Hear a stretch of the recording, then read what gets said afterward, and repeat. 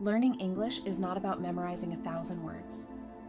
In one day, it's about showing up every single day, even if it's just for 10 minutes.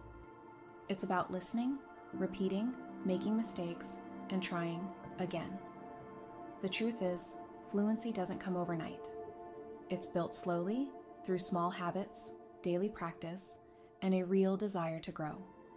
So keep going, even when it feels hard. Because every word you learn, every sentence you practice, brings you one step closer to confidence and connection. You're not just learning a language. You're building a skill that can change your life. Hello, English learners, and welcome back to English Podcast Rise. My name is Jemmy, and this is Learn English Quickly with Podcast. In this video, we'll be talking about something we all experience, our daily routine. You'll listen to a natural conversation between James and Catherine as they share details of their typical day, from waking up in the morning to winding down at night. So grab your notebook, sit back, and let's dive into today's episode, talking about our daily routine in English. Hey, Catherine, I was thinking we could talk about something simple but really useful today. Our daily routines. A lot of English learners want to know how to describe their day in a natural way. That sounds great. It's something everyone can relate to, and it's full of practical vocabulary and expressions. Exactly. So I'll go first. When I wake up in the morning, usually around 6:45, the first thing I do, honestly, is check my phone. I know it's not the best habit, but I usually go through my notifications, emails, and sometimes scroll for a few minutes. Yeah, I'm guilty of that too. It's like a little morning ritual, even though it's not the healthiest. After that, what's next? Well, I get out of bed, take a hot shower to wake myself up, and then head to the kitchen to make some coffee. I can't really start the day without it. Same here. Coffee is essential. I keep telling myself I'll cut back, but every morning it's the same. Do you eat breakfast right after? Most days, yeah. I like to keep it simple. Usually I make scrambled eggs or oatmeal with some fruit. If I'm short on time, I'll just grab toast and peanut butter. What about you? During the weekdays, I usually skip breakfast. I just have coffee and maybe a banana if I'm feeling hungry. But on weekends, I really enjoy making a big breakfast. Pancakes, eggs, sometimes even avocado toast. That sounds delicious. So what time do you usually start work? I begin around 9. But before I officially start, I spend about 15 minutes checking emails and reviewing my to-do list for the day. I'd like to feel organized before jumping into anything major. That's smart. I work from home, so my schedule is a bit more flexible. I try to get started by 8:30, especially because I like to finish the most difficult tasks while my mind is still fresh. Yeah, mornings are definitely when I feel most productive. By the afternoon, my energy starts to dip a bit. Exactly. After lunch, usually around 12:30, I like to go for a short walk. Just 15 or 20 minutes outside helps me reset mentally and come back with a clear head. That's such a good habit. I sometimes do some light stretching or listen to a podcast for a few minutes. It helps break up the day and keeps me from feeling drained. Totally agree.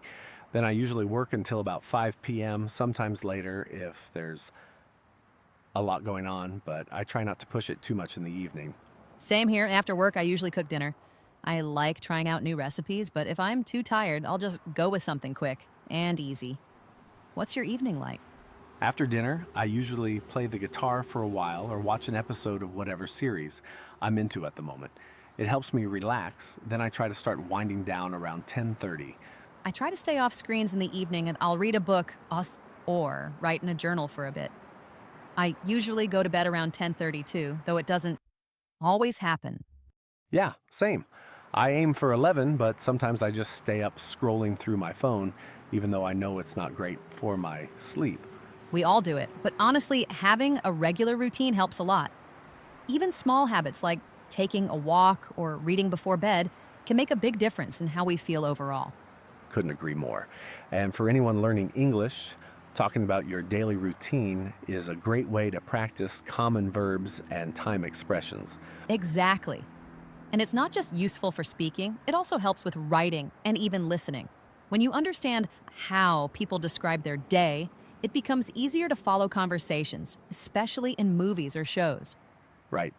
Plus, you learn so many practical phrases like I usually, I tend to, I make sure to, I try to avoid, and so on. These small phrases make your English sound much more natural. Totally. And it's also interesting how routines can be so different from one person to another. Like, for example, my weekends are completely different from my weekdays. Oh, yeah, same here. On weekdays, I'm very structured, but on weekends, I allow myself more freedom. I sleep in a little, maybe until 8 or 9, and I don't check my phone right away. I try to start the day slowly, maybe make breakfast and listen to some music. That sounds nice. For me, weekends are a time to reset. I try to go for a long walk, do some cleaning, and spend time with friends or family. I also do some planning for the week ahead. Nothing too intense, just writing down what's coming up. That's really smart. I've started doing something similar. On Sunday evenings, I take 15 minutes to write down the most important things I need to focus on for the upcoming week. It helps me feel less overwhelmed on Monday. Yeah, Mondays can feel heavy if you're not prepared. By the way, do you do any hobbies during the week? Something that's part of your routine, but not work-related? Good question. I play guitar in the evenings, like I mentioned, and sometimes I go running if the weather is nice. It clears my head. What about you? Me, I try to do yoga at least 3 times a week, usually in the morning before work. It helps me stay focused and reduces stress. In the evening, I might sketch or do a bit of creative writing, just for fun.